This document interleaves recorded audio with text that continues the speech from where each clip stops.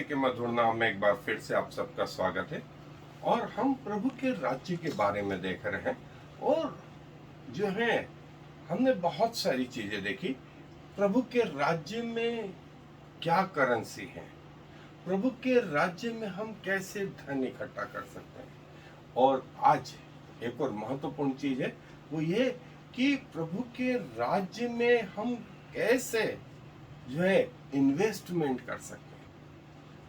आपने ये शब्द सुना ही है, पृथ्वी पर जब लोग जो है उनके पास पैसा होता है तो वे कुछ पैसा जो है किसी अलग बिजनेस में भी लगाते हैं, ताकि उनका जो पैसे का उपयोग है वो सिर्फ बैंकों में नहीं परंतु वहां पर पड़ा रहे। सो इसको बोलते हैं इन्वेस्टमेंट। और स्वर्गीय जीवन में इन्वेस्टमेंट कैसे करें, इसके लिए एक बहुत अच्छा शब्द आया है, वाक्य आया है, किस्सा आया है, जो जिसका वर्णन मत्ती रचित सुसमाचार में जो है उसके 19वें अध्याय पद 23 से जो है आया है। मैं आपके लिए पढ़ रहा हूं। मत्ती रचित सुसमाचार 19वां अध्याय पद 23। वहां लिखा है, तब यीशु ने अपने चेलों से कहा, मैं तुमसे सच कहता हूं कि धनवान का स्वर्ग के राज्य में प्रवेश करना कठिन है। फिर तुमसे कहता हूं कि परमेश्वर के राज्य में धनवान के प्रवेश करने से ऊंट का सुई के नाके में से निकल जाना सहज है। यह सुनकर चेलों ने बहुत चकित होकर कहा, फिर किसका उद्धार हो सकता है। यीशु ने उनकी ओर देखकर कहा, मनुष्य से तो यह नहीं हो सकता, परंतु परमेश्वर से सब कुछ हो सकता है। इस पर पतरस ने उससे कहा, देख, हम तो सब कुछ छोड़ के तेरे पीछे हो लिए हैं, हमें क्या मिलेगा। यीशु ने उनसे कहा, मैं तुमसे सच कहता हूं कि नई उत्पत्ति से जब मनुष्य का पुत्र अपनी महिमा के सिंहासन पर बैठेगा तो तुम भी जो मेरे पीछे हो लिए हो 12 सिंहासनों पर बैठकर इज़राइल के 12 गोत्रों का न्याय करोगे। और जिस किसी ने घरों या भाइयों या बहनों या पिता या माता या लड़के वालों या खेतों को मेरे नाम के लिए छोड़ दिया है, उसको 100 गुना मिलेगा और वो अनंत जीवन का अधिकारी होगा। परंतु बहुतेरे जो पहले हैं पिछले होंगे और जो पिछले हैं पहले होंगे। पतरस ने कहा कि हमने अपना घर, माता पिता सब छोड़ करके तेरे राज्य में इन्वेस्ट किया है, हमें क्या मिलेगा। प्रभु ने कहा कि जब मैं अपनी महिमा में आऊंगा तुम मेरे साथ सिंहासन पर बैठ करके 12 गोत्रों का न्याय करोगे। और फिर प्रभु ने इसको कंटिन्यू करा और कहा, वे सब लोग जिन्होंने मेरे नाम के कारण से अपने घरों, माता पिता, भाइयों को, अपने जॉब को, अपनी सारी चीजों को छोड़ दिया है, वे स्वर्गीय जीवन के अधिकारी होंगे। स्वर्गीय जीवन के जो आपने इन्वेस्ट किया है इस पृथ्वी पर, वो आपको स्वर्गीय जीवन में बहुत प्रतिफल देने वाला है। और बहुत तेरे जो आज छोटे दिख रहे हैं, जो पिछले हैं वो पहले होंगे, और जो पहले हैं वे पिछले होंगे, क्योंकि उन्होंने इन्वेस्ट ही नहीं किया। सो बाइबल इस विषय में बहुत कुछ बताती है। सो आए अपने अध्ययन पे चल। सो जैसा हमने देखा कि investment in the kingdom of God, प्रभु यीशु मसीह ने कहा कि जिसने मेरे राज्य में जो है अपने माता पिता, अपने टैलेंट को, अपने जमीन जायदाद को और अपने सारी चीजों को लगाया है, वे उसका अनंत फल प्राप्त करेंगे।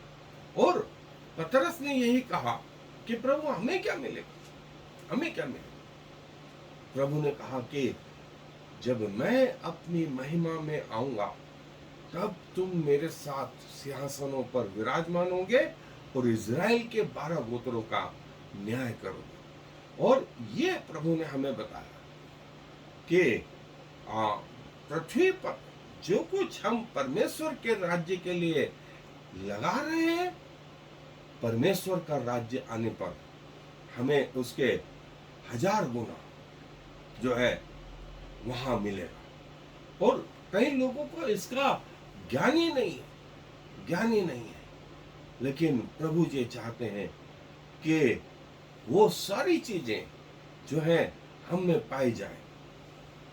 और प्रभु ये चाहते हैं कि जो पृथ्वी पर आप प्रभु के राज्य के लिए स्पेंड कर रहे हैं, प्रभु का राज्य जब आएगा तब ये सारी चीजों के परिणाम आपको टर्म्स में मिलेंगे। कईयों ने अपने पैसों को, कईयों ने अपने टैलेंट को, कईयों ने अपने टाइम को, कईयों ने अपने सेक्रीफाइस को, कईयों ने अपने जो है योग्यताओं को, कईयों ने अपने पैसों को, कईयों ने अपने बच्चों को, बीवी को, कईयों ने अपने माता पिता को, इन सबको परमेश्वर के राज्य में लगा दिया है, इन्वेस्ट किया है। तो प्रभु ने कहा कि स्वर्गीय जीवन में जब परमेश्वर का राज्य आएगा, परमेश्वर इसके प्रतिफल आपको प्रदान करेंगे। और ये जो है, जो इन्वेस्टमेंट आपने लगाया है पृथ्वी पर, परमेश्वर उसके लिए जो है, परमेश्वर बोलते हैं कि प्रभु जो है आपको बढ़ाएगा, प्रभु आपको बढ़ाएगा।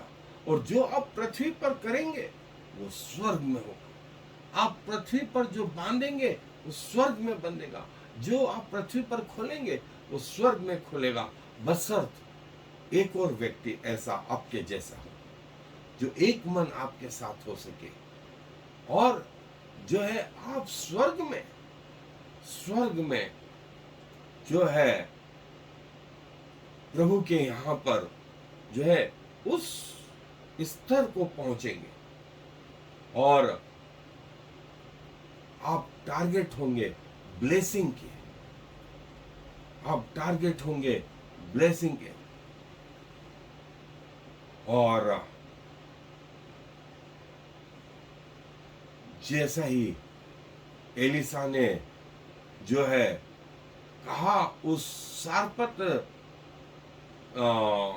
नगर के उस विधवा से, एक विधवा ने कहा कि हम मरे जा रहे। प्रभु के दास ने कहा कि तेल भरो, और उसके बच्चे सब पड़ोस में इधर उधर सब बर्तन लाते रहे और तेल तेल तेल तेल। और प्रभु जब उन्होंने कहा अब कोई बर्तन नहीं बचा, तब वो तेल रुक गया। प्रभु के दास ने कहा जाओ इसे मार्केट में जाकर के बेच दो और इसे पूरा करो।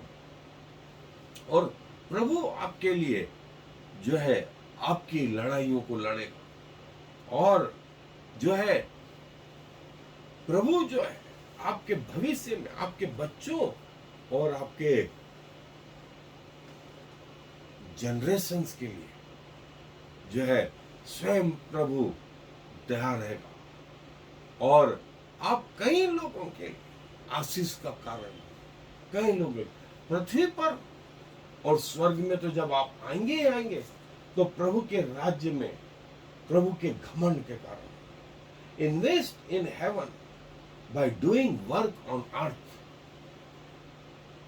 प्रभु के राज्य में जो है ये इन्वेस्टमेंट, जो कुछ आप पृथ्वी पे कर रहे हैं, पृथ्वी पे प्रभु के लिए खर्च कर रहे हैं, उससे प्रभु के राज्य में आप अपने आप के लिए धन इकट्ठा करें और इसके प्रतिफल प्रभु के राज्य में आपको मिलने वाले, प्रभु के राज्य में मिलने वाले। और पृथ्वी पर हमने ये आशीषें देखी, हमने ये आशीषें देखी। परमेश्वर आपको आशीष का कारण, आपके बच्चों, आपके आने वाली पीढ़ियों, आपके लोगों तक जो है परमेश्वर आशीष और आशीष और आशीष देता रहेगा। ये परमेश्वर का जो है पवित्र वचन है।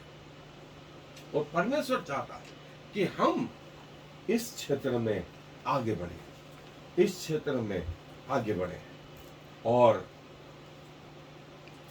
प्रभु के राज्य में अपने टैलेंट को, अपने रुपयों को, अपने परिवार को, अपनी धन संपत्ति, अपनी सब चीजों को लगाएं। तो जब प्रभु का राज्य आएगा तो जो कुछ आपने बोया है उसके प्रतिफल प्रभु आपको देगा, और आप जो है आशीष के मूल होंगे, आशीष के कारण बनेंगे।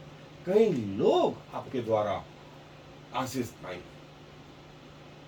प्रभु के राज्य में इन्वेस्टमेंट करना सीखें। प्रभु अपने वचन पर आशीष दे।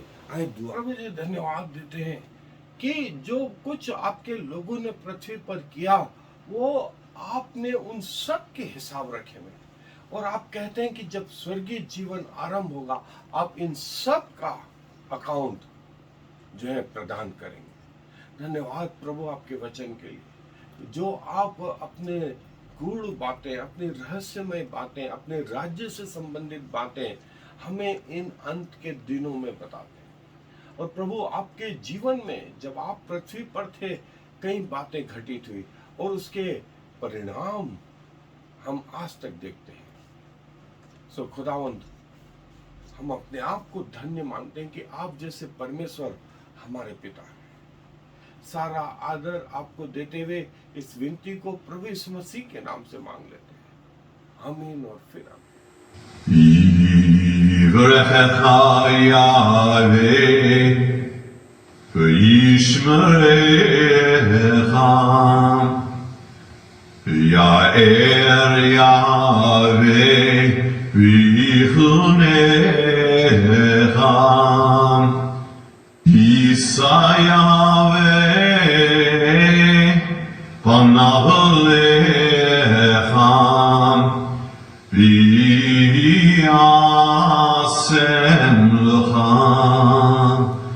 Shalom.